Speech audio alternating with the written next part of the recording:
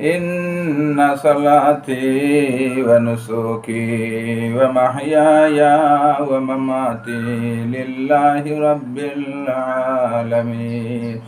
ইন্না সালাতি, নিশ্চয় আমার নামাজ, ওয়া নুসুকি, এবং আমার উপার্জন, আমার কুরবানি, আমার হজ, আমার যাবতীয় ইবাদত, ওয়া মাহইয়ায়া ওয়া মামাতি, আমার জীবন এবং আমার মৃত্যু, লিল্লাহি রাব্বিল আলামিন, সমস্ত আল্লাহ তাআলার জন্যই।